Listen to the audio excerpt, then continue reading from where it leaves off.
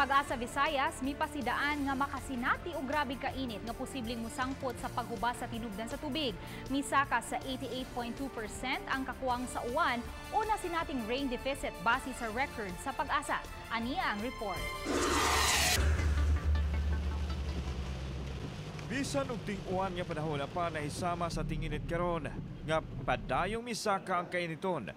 Gani sa record sa PAGASA Visayas, sunod-sunod nga miabot sa 42 degrees Celsius ang heat index sa Metro Cebu.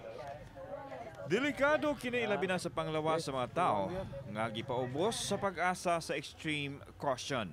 Lakip sa namiligro ang mga pananom nga malaya og mangliki ang yuta. Ilabi na nga wala makabuylo ang hanging habagat nga mauntay muhatod sa wanon nga panahon. 88.2% ang rain deficit nining buwan lang sa Agosto. Dry kay ta atong napaabot usab nga ang atong ulan kulang kayo. Napanglantawan ang kainit sa panahon nga mas mugrabe pa tungod kay sa sunod buwan magsugod na masinati ang El Niño phenomenon. Busa mi pasidaan ang PAGASA sa katawhan o sa lokal nga kagamhanan nga mangandam na sa epekto sa grabing kainit sa panahon.